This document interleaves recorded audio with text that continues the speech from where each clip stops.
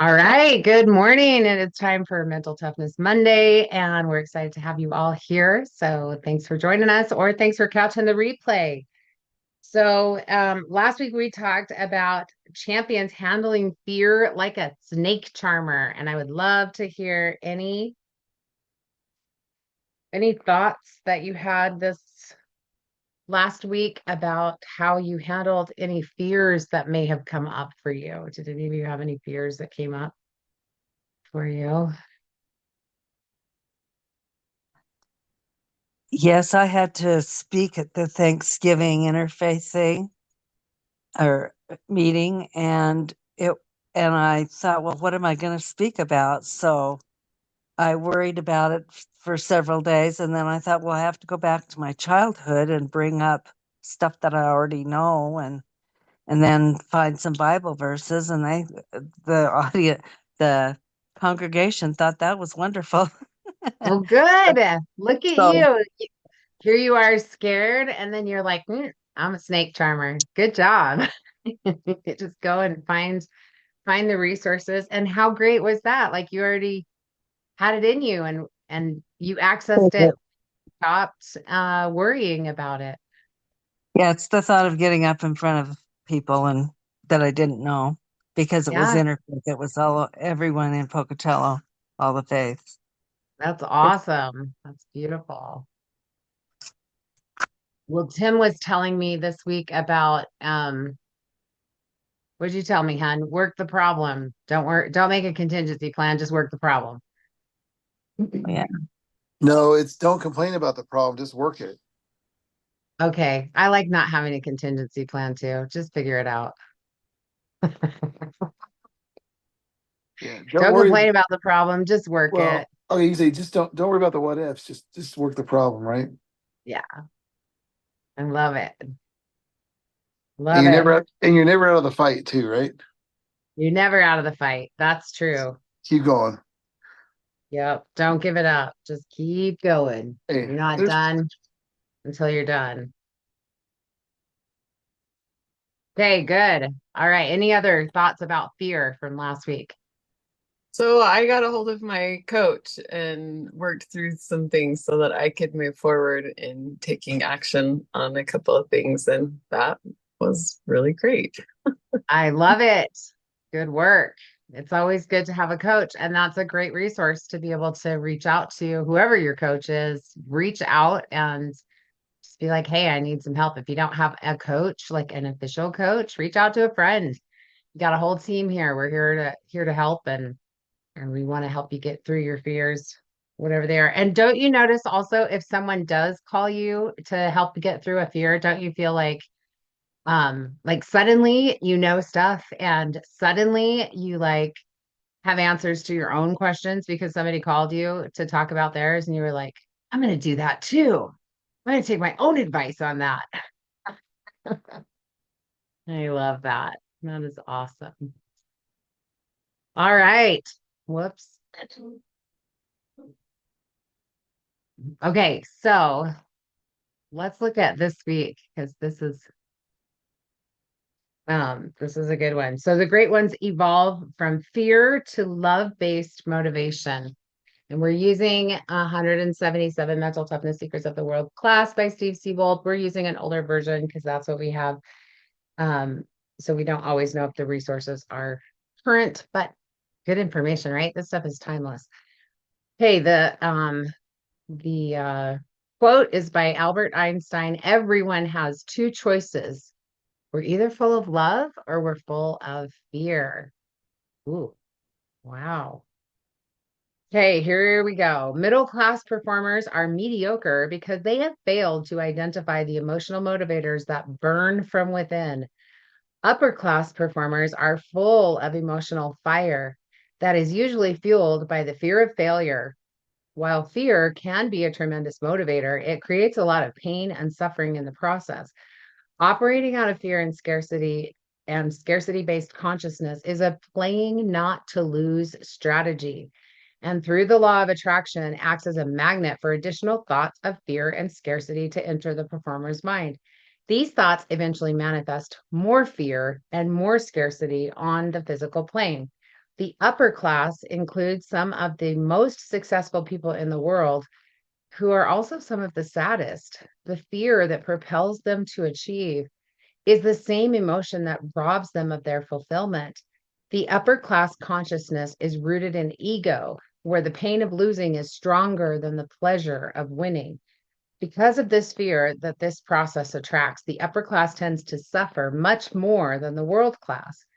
As soon as they succeed at whatever they're attempting, they are on to the next conquest, and the victories must get bigger for them to sustain their ego based gratification. The world class, on the other hand, transcends this lower vibration by focusing on their thoughts, language, and mental pictures, all of their thoughts, language, and mental pictures on love and abundance. The great ones are playing to win.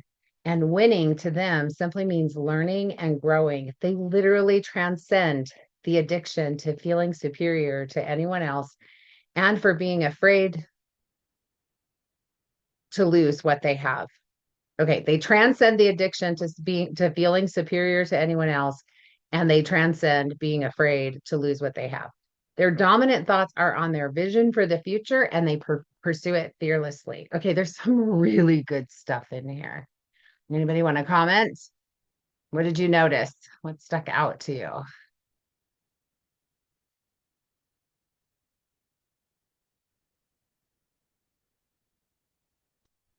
Number 51, Mary. I thought it was really powerful to be okay, the playing not to lose strategy, right? Like nothing would be worse than losing. But actually winning would be better than losing, but winning, oh, okay. And also the gap, right? Remember when we talked about the gap versus the gain? If you spend your time looking at how far you still have to go to reach your next goal, and this is what they're some of the saddest, they're some of the saddest, the fear that propels them to achieve is the same emotion that robs them of their fulfillment, because they go and they work really hard. And remember when we read the gap, well, we didn't read it, but we talked about the gap and the gain. If you haven't read it, grab it. um the gap is like how much farther to either your next goal or your ultimate goal or whatever. And that keeps moving, because as soon as you achieve the ultimate goal that you have right now, then you can see farther and you want another goal. And so, if you're focused on the gap instead of the gain, then you're sad and tired because you've been working so hard and you'll never get there, because every time you get there, you're like, oh, this isn't actually what I wanted. So that's like a fear driven that keeps them sad. On the other hand, the gain is when you turn around and look at how far you've come and celebrate the fact that you have done whatever it is that you've done. And I love also on they focus their thoughts, language, and mental pictures on love and abundance. What are we talking about here? Thoughts, language, and mental pictures are focused on love and abundance. Well, it is just focusing on abundance. Like it's the and with the being love, how can that help other people? Not Yeah, just us. This is like, let's bless everybody. right. Because there's enough for everybody. If there's enough for everybody, like you don't worry about, like, I mean, do you worry about if you're going to be able to breathe enough today when you get up in the morning? Some people do. Maybe they have asthma. They need to breathe. But like that's not something that we typically worry about, that we're going to run out of air, right? And in our part of the world, we also don't worry that we're going to run out of water. In some areas, they do have that more of that trouble. But when you think about things that flowing freely like air, flowing freely like water, and everything flows with that same type of energy, but we block it up with our fear. Yeah. So money flows like water. And you can see it, right? Do you want it to flow in your life like water? Focus your Absolutely. mental pictures on love and abundance. Love and abundance. And what else?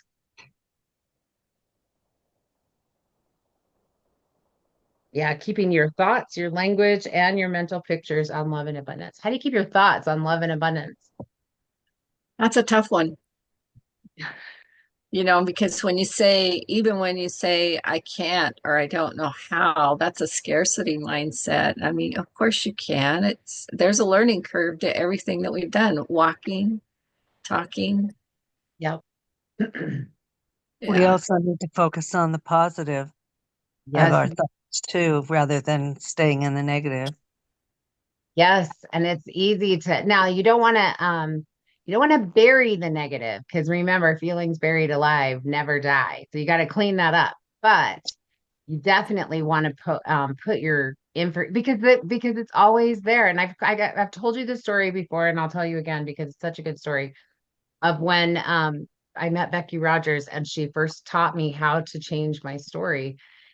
And at the time, I had some pretty horrible stories in my life, and they had made some pretty horrible outcomes that were not very happy. But so I was in my second marriage, and I had a lot of kids, and Tim had a lot of kids too. So we had 8 kids between us, and this is when I met Becky, and things had been really, really hard because that's a lot of kids and a lot of challenge. Plus, we both had exes that were kind of meddly, and it was a little, I mean, it was really, really rough, but I changed my story about a few things. I changed my story. Well, really, I changed my story about everything. I changed my story about our money situation. I changed my story about our marriage. I changed my story about how our living situation. I changed everything in my story. And then I listened to my story, and my story made me mad because I was like, that is not true. I'm just brainwashing myself, which I did learn at doTERRA's Experience doTERRA event this last time that we should be washing our brains. You clean out your mind, right? Mhm.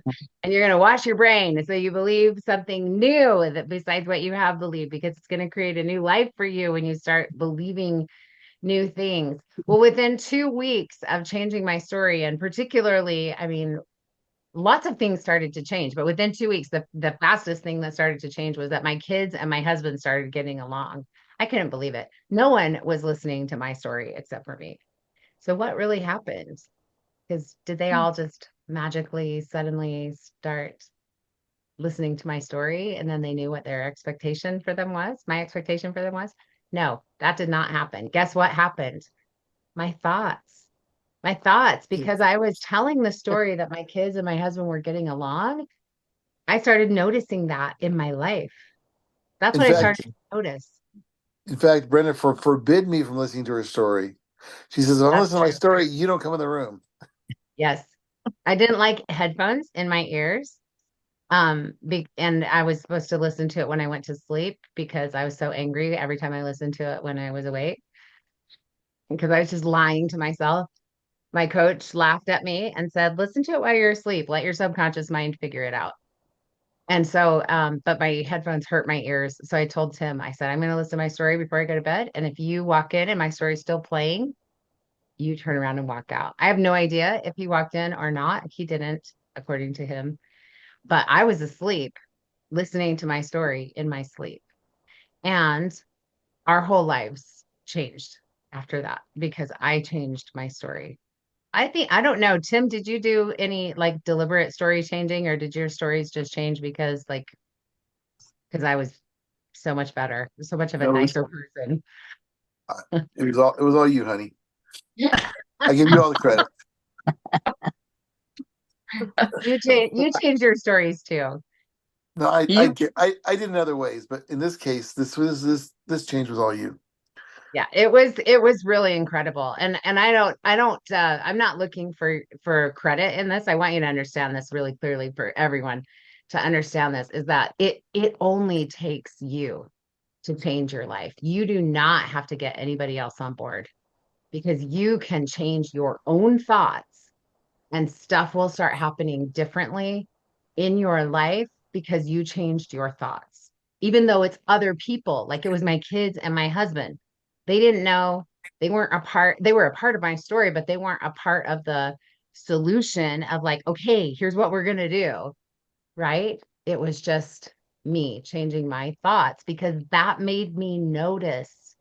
And when you notice the good things that are happening in your life, when you notice more love and you notice more abundance, you naturally attract and manifest more of that. On the other hand, if you're noticing how crappy everything is, if you're noticing whatever the stuff is, whether it's your family or your the politics or your neighborhood or somebody at work that just drives you crazy, if that's what you notice all the time, you will see that happen and more of that stuff will happen. That's the thing that you are going to see. So the point is that my husband and my children did not change who they were during that 2 week period. There was nothing in them that changed. What changed was that when I noticed the good things that they were doing, then I responded to those good things in ways, not like over the top ways, just the way that we normally respond, in ways that made them want to feel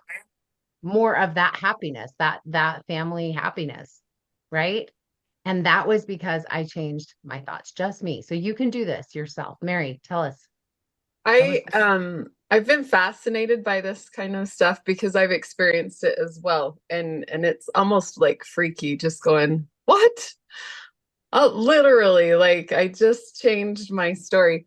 And I do feel like part of it's more than just us looking for things. I feel it because our emotions can be measured. Like it's scientific. It can be measured on electronically.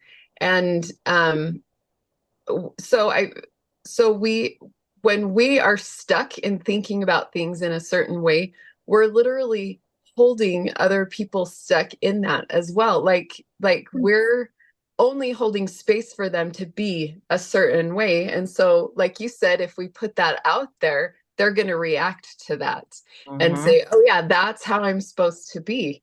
But when we open ourselves up to a different story, to a different it's like open, they have a choice. And either they're going to move out of the way or they're going to raise their vibration up as well and join in the story and in that abundant vibration and joy. I love it.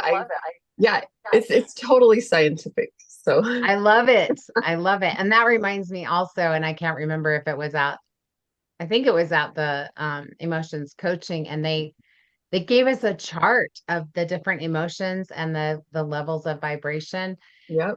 And they were really clear too to say, look, there are no bad emotions. You need to understand that there's no bad emotions. They just vibrate at different levels. And these ones bring more sadness and suffering, and these ones bring more happiness and enlightenment.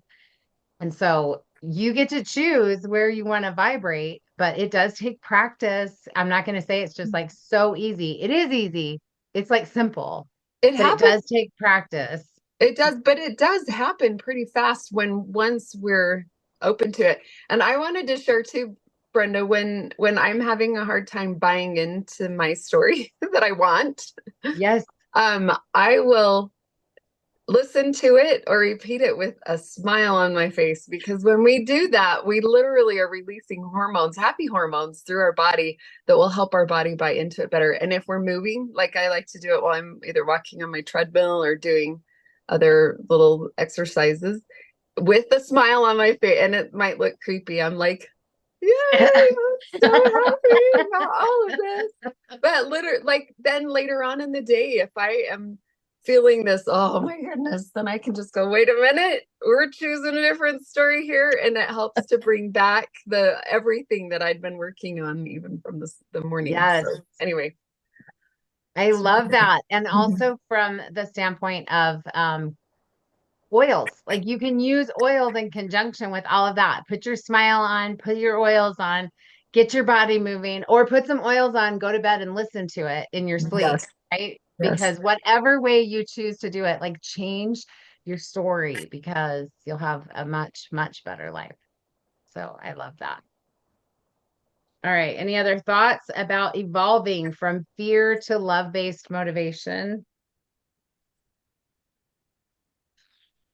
Okay, we are going to have an action step for today. Ask these critical thinking questions. Am I more motivated by my fear of failure or by the excitement of my vision? Am I out to prove myself or am I out to express myself? Ooh, that's a good question, right? When you're proving yourself, it's fear-based, right? Because you have to prove to other people or to yourself or to whoever that you're good enough, right? But expressing yourself, that's a different thing. That comes completely from the joy and love inside of you. Okay, I love it. Next week, champions understand the limits of money. Going to be fun. All right. Any other last thoughts before we wrap it up here? Okay. I love you guys. I'm like so excited about to hear about how you change your story this week. And yeah, let us know how that goes and leave it in the comments if you're catching the replay. We want to know all the things. And thanks for being here today.